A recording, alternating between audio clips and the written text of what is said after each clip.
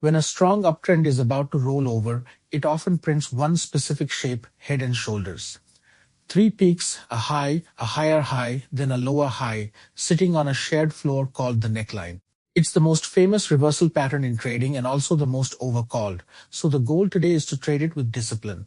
The anatomy, the one trigger that actually matters, the measured target, and the mistake that gets people short far too early. Here's the structure. A rally makes a peak, the left shoulder then pulls back.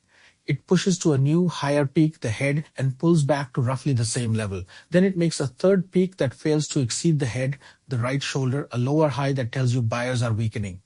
Connect the two pullback lows and you get the neckline. The key insight, the pattern is not confirmed by the right shoulder forming. It's confirmed only when price breaks down through the neckline. Everything before that is just a possible top. Focus on that right shoulder because it's the heart of the signal. After a healthy uptrend of higher highs, the right shoulder is the first lower high, the moment buyers fail to make a new high. That failure, combined with the neckline below, is the structural shift from up to down.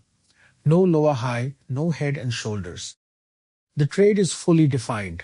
You enter short on the close below the neckline, the confirmation that the top is in.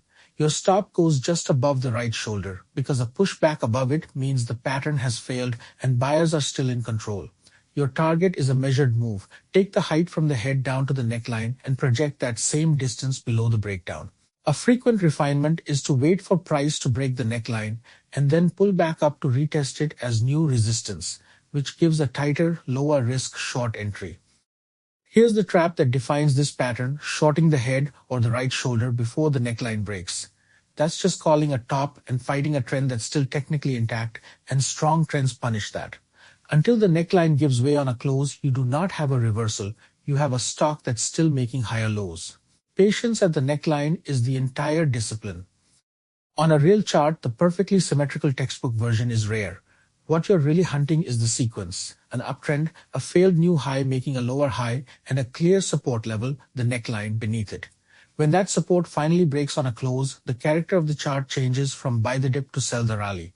The messy real version trades the same as the clean one as long as that logic holds. Place it in the method. Head and shoulders is a reversal, and reversals demand confirmation, so you stack the signals. The structure flip in that lower high, the key level in the neckline, momentum confirming with a lower high on RSI or expanding volume on the break, and the neckline close as your trigger. When all four agree, you're not predicting a top, you're reacting to one. So, a left shoulder, a higher head, a right shoulder that's a lower high, and a neckline beneath, and you act only on the neckline break, stop above the shoulder, target the head's height. Never short the head, wait for confirmation. Subscribe for the full method and trade your own plan. This is education, not financial advice.